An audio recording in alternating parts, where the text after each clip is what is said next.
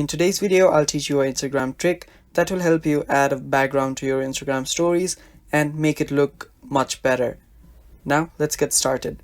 Now, just open up your Instagram and just go to the post that you want to share or the photo that you want as your background. After you do that, take a screenshot of the photo. Now, after you take a screenshot, make sure that you remove all the unwanted parts like this and save it to your photos. Now what you'll have to do is just share this post to your story. Now after you add it to your story, just tap on this stickers icon and add a photo. And here is the photo option right there.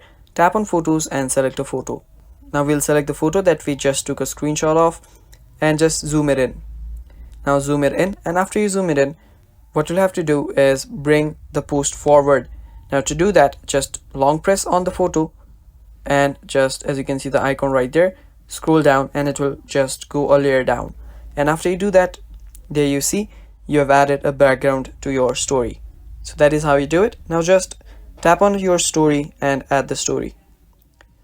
And while the story is getting added, what we'll do is, if you are new to our channel, head down below and hit the subscribe button so you don't miss out on our future videos.